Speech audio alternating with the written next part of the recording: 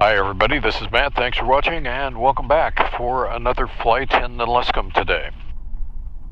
Well, today we have got still some beautiful weather in Iowa.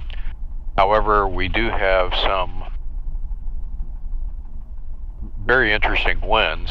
They're gusting from 9 to 16 knots and they're variable, so they're changing all over the place. But we're going to take another tour through Iowa, southern Iowa especially, and Memory Lane. Full disclaimer, I am not a certified flight instructor or anything like that. I'm just simply a guy that loves to fly and wants to share his passion of aviation with others. So this is not flight instruction whatsoever.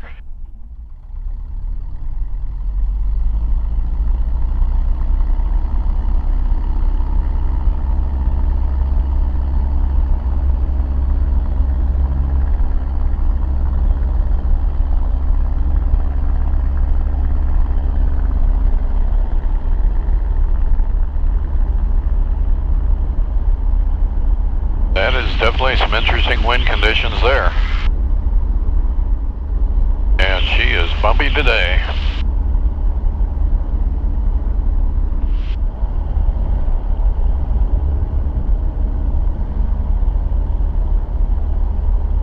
Well, that's definitely some turbulence. I'm going to continue to take you on a little tour of southern Iowa. And where we're going is we're going to come into a part of southern Iowa that had an extensive amount of coal mining involved. Many times people, when they think about Iowa, they think that all of our roads are absolutely north and south, and that's not necessarily the case.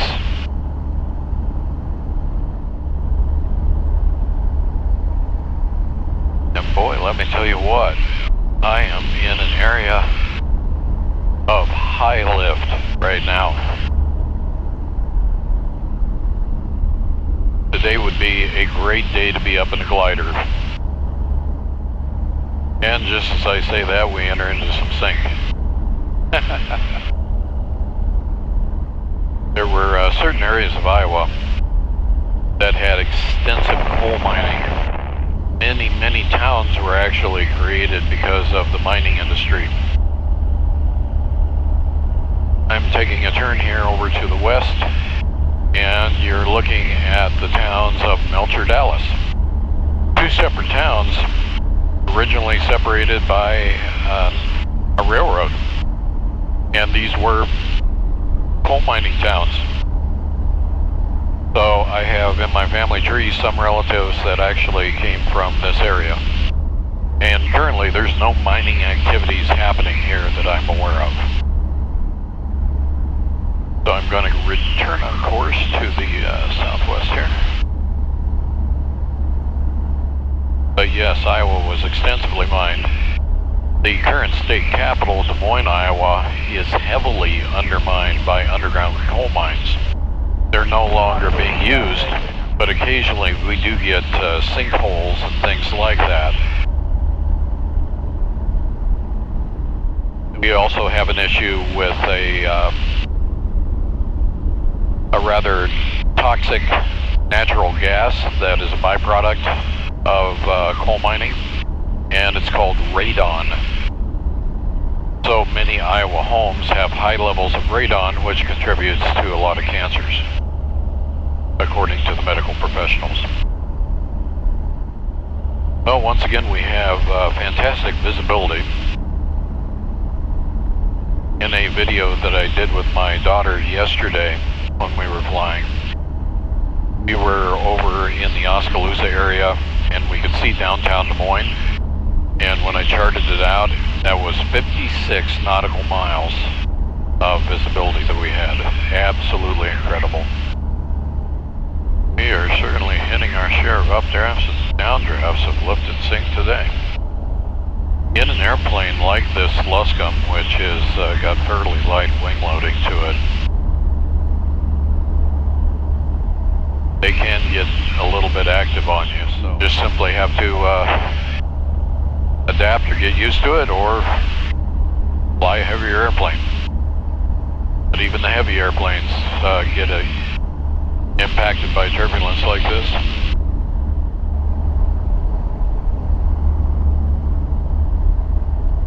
Now there's an updraft. One reason that you'll hear me talking quite a bit about updrafts and downdrafts and lift is because I have a lot of time in gliders and sailplanes, and the one thing that we would always be hunting for was lift, because that was the only way that you stayed aloft.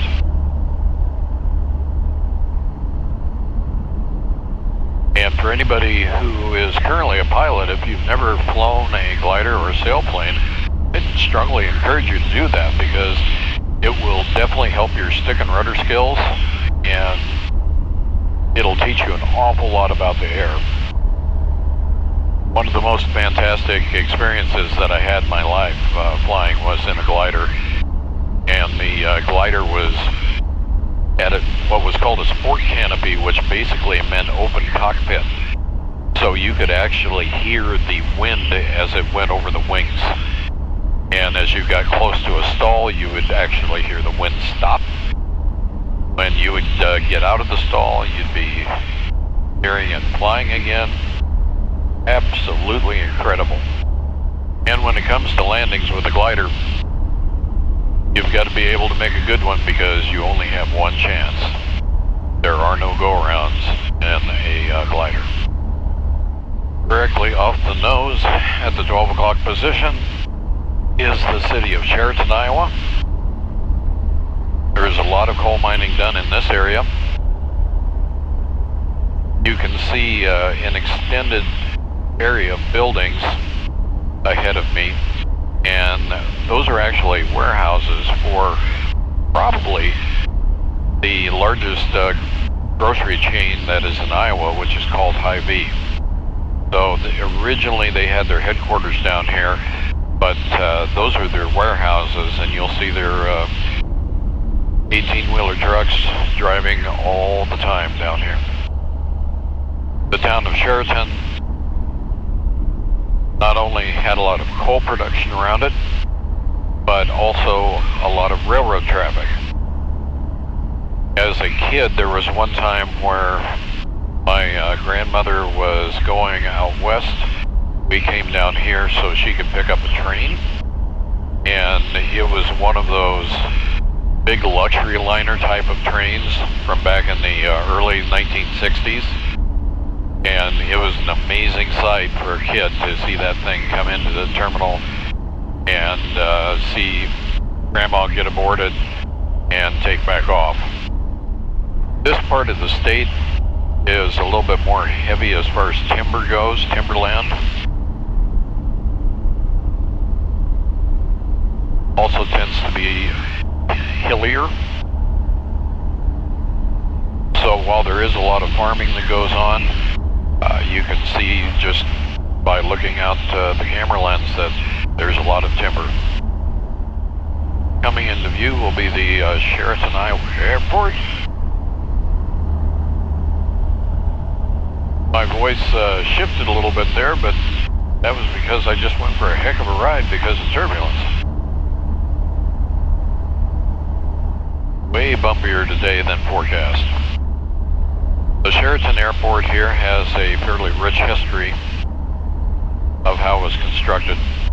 You have a north-south runway that's about 3,000 feet, and essentially an east-west runway that is closer to 4,800 feet. But looks can be deceiving, and on the left, that approach to that runway is actually downhill. So you can be standing where the hangars are, somebody lands right down there, or they're back taxiing their airplane. You cannot see them from the hangars. So their friends is the Sheraton Airport. And turning back to the west, here's one of the main railroad tracks that went through downtown Sheraton. Now, there used to be more, but the railroad industry has changed, and it's suffered over the last 75 years. There's We're actually not going to go that much farther. I just wanted to show you the town of Lucas, Iowa. That's spelled L-U-C-A-S. Lima, Uniform, Charlie, Alpha, Sierra. Lucas was kind of pivotal when it came to coal mining in Iowa.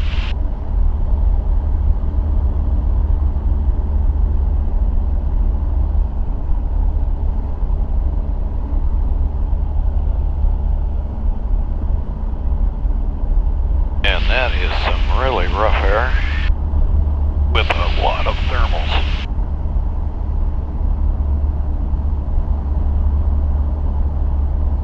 It makes the Luscombe just simply want to climb like a homesick angel. There's that much lift. But this little town here is the community of Lucas, and this was very pivotal for coal mining operations in the state of Iowa back in the early 1900s. My grandfather talked about this a lot. He was a coal miner for his entire life. Alright, now we're going to turn back to the east.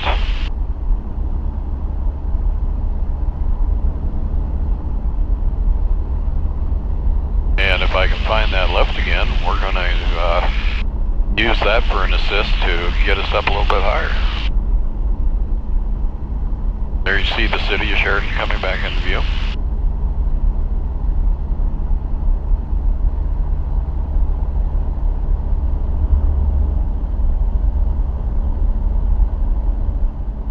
Yeah, it's really wild. I haven't changed anything, and I've got a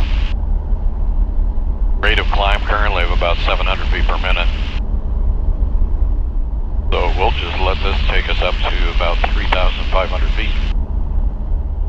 Another thing that I'll point out for you, since we've got such fantastic visibility today, is coming off the nose in the far distance is another one of Iowa's man-made lakes for flood control.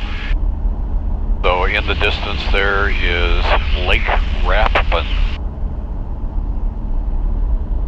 You can see it there. So that is Lake Rathbun. And then this area around Sheridan off to the east and the southeast, that's heavily timbered. We used to know it as 1,000 acres forest. So we would come down to 1,000 acres and we would hunt or just hike and see what kind of adventures that we could have. Timberland in the state of Iowa has been in a state of continual decline over the years as we've taken down timber and created more farmland. So I've got Lake Rathbun off to my right, Lake Red Rock off to my left, and ahead of me, roughly about I would say 22 miles, is the city of Albia, Iowa.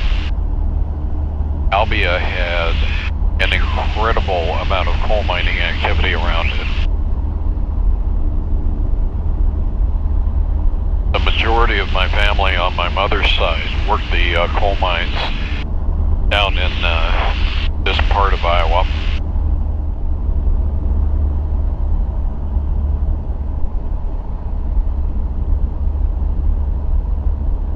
Well, the air today is incredibly turbulent, very treacherous. This would not be the type of day that you would want to take a friend or a relative flying if they were prone to air sickness whatsoever. This would actually be the type of flight that could scare a person, and we don't really want to do that in aviation. But many times, how many of you folks have been in a major airliner crossing the country and hit turbulence? Well, that's what it's basically like, and it has been like since I took off. Since we have such a good view of it right now, I'm going to turn slightly to the right. And there you see Lake Rathbun. Now, it's not nearly as big as Lake Red Rock or Sailorville, but these lakes are actually visible from satellite images up in space. So Lake Rathbun basically runs along the southern border of the state of Iowa, and that's where it is.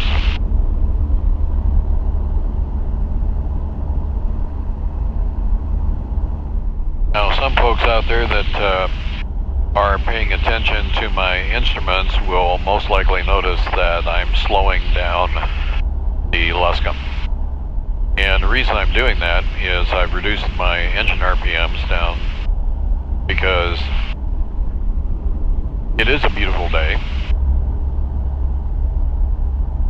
and I want to conserve on my fuel burn as much as possible, so I've just reduced my engine RPMs because I'm not really in a hurry to get anywhere. So that's why I'm going slower. And once again, full disclaimer, I'm not a certified flight instructor. I'm just a guy that is sharing his love of aviation with people. So this area of the state where you're looking at, both forward, off to the left, and off to the right, a lot of coal mining activity. When Iowa was first settled, they discovered coal. There were a lot of underground coal mines because that was just simply the way that a lot of things were done out on the East Coast. But they found that a lot of the veins of coal in Iowa were extremely shallow, shall we say. Sometimes 50 feet under the surface. Sometimes even closer. And so once heavy machinery became available, larger earth-moving equipment, then it was cheaper for the coal mine owners to do what we called strip mining, which is just basically stripping away all the topsoil to get down to the coal and mine it. That left a lot of ugly scars over Iowa. When I was first starting to fly back in the 1970s, this area of the state was just littered with visible scars across the landscape because of the coal mining activities. So the state of Iowa became known for doing what they called reclamation, where they allocated money to clean it up as much as possible. So that's why everything looks different today compared to back in the 1970s and earlier. Right now it doesn't really matter how much I throttle back, she still wants to climb. There's just tons of lift today. But hopefully this gives you a little aerial tour of Iowa that you'd never see because we're in the middle of what they call flyover country. And so a lot of people think, well, all Iowa is about is corn and soybeans and pigs and things like that. But every time that I've taken somebody flying, especially in this part of the state, they just marvel at the diversity in the landscape. All the trees, the fields, all the different colors. They just comment on that constantly. So once we get to Albia, we will begin to swing back towards Knoxville, but I brought you here for a reason, to show you an area of the state that has been lost to history, but it does regard coal mining. Okay, I can see the Albia airport that is off to the southeast of the city. Radio today has been awfully quiet. I'm not hearing much traffic at all, are you? There might have been some people that went up to fly, and then once they encountered the air that we're in, they decided to go fly a different day. So there's the city of Albia, Iowa. And I'm going to begin to turn here off to the north-northeast. You will see a lake here, but what you do not see is there used to be a huge community here built around a coal mine. There was a town here that was called Buxton, B-U-X-T-O-N, Buxton, Iowa. One of the largest mining towns ever in the state of Iowa. And my grandfather took me here, and the only thing that was left back in the 1960s was he could show me where the company store's vault used to be, and that was it. But right here, right in front of us, was Buxton. And what made Buxton so special was my grandfather told me that, and it's borne out, by historians, that in Buxton, it was racially mixed to where it was like a 50-50 split. And all people from all over the world worked together, and according to my grandfather, harmoniously here in Buxton. And I always found that to be rather amazing, especially when you look at the world today and you see a lot of craziness going on in the world. But here in Iowa, right here in front of you, was a place where that actually happened.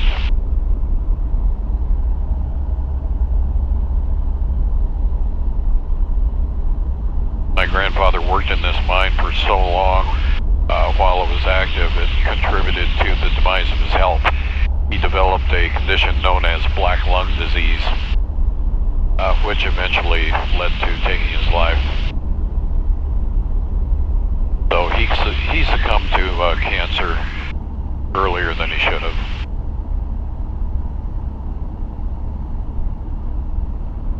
One of the last underground coal mines that was operating in Iowa and was still active in Iowa back in the 1980s was right here, a town called Lavilla, Iowa.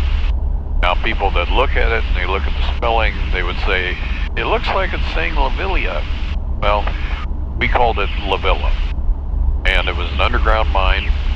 The entrance of it was actually here on the north side of town, and it was visible from the road. This road, by the way, is Iowa Highway 5. Cuts down all the way to the southeastern part of the state of Iowa. Right there, we got into a bunch of lift again. So my granddad worked here, and then there are other smatterings of little towns up here called Marysville, Bussey, Attica, Pershing, all through this route. My grandfather and also my great-grandfather worked the coal mines, and they had to actually be kind of mobile at the time. My great-grandfather wrote a book about it, and whenever a mine played out, meaning that it just wasn't worth digging anymore, they would actually hitch their horses to their very tiny houses, which were on skids, and they would pull them across the landscape to get to the next place where there was mines available and work. And sometimes they would do that in the winter. So here in front of us, I'm just passing over Lavilla. There's Hamilton. Over at the 2 o'clock position is Bussey. There's a little town hidden back there in the woods at about the 10 o'clock position called Marysville. All these places had coal mines that my family worked in. Now, also, directly ahead of us, you can see Lake Red Rock. But today is definitely a different day than it was yesterday as far as the weather and flyability. Because today, it's pretty turbulent up here.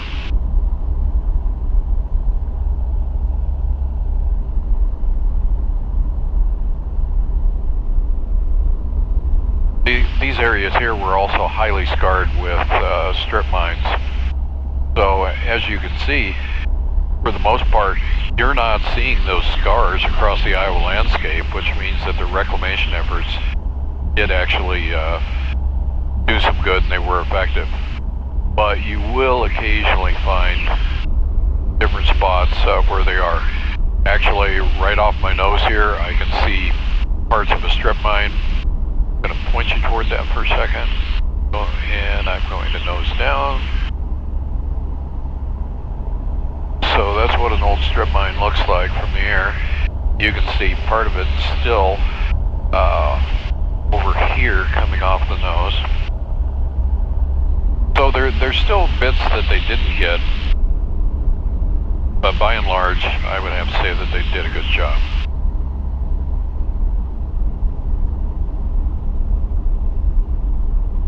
What's left of the town of Marysville, which also was a coal mining operation, was off here at my 10 o'clock position. I'll turn towards it for a moment.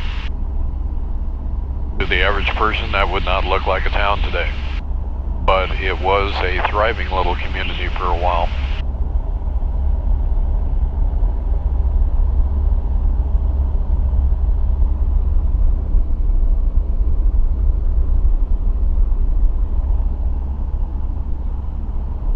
But thank you for joining us today as I'm going along on this little sentimental journey through Iowa. And I hope that this just shows you a part of the state of Iowa that you would never see, never dreamed existed, and shows you some of the fun of flying. You know, being able to see things and just get out there and have your own adventures. We only live once, and so live it to the fullest. Again, thanks for watching. We'll talk to you later.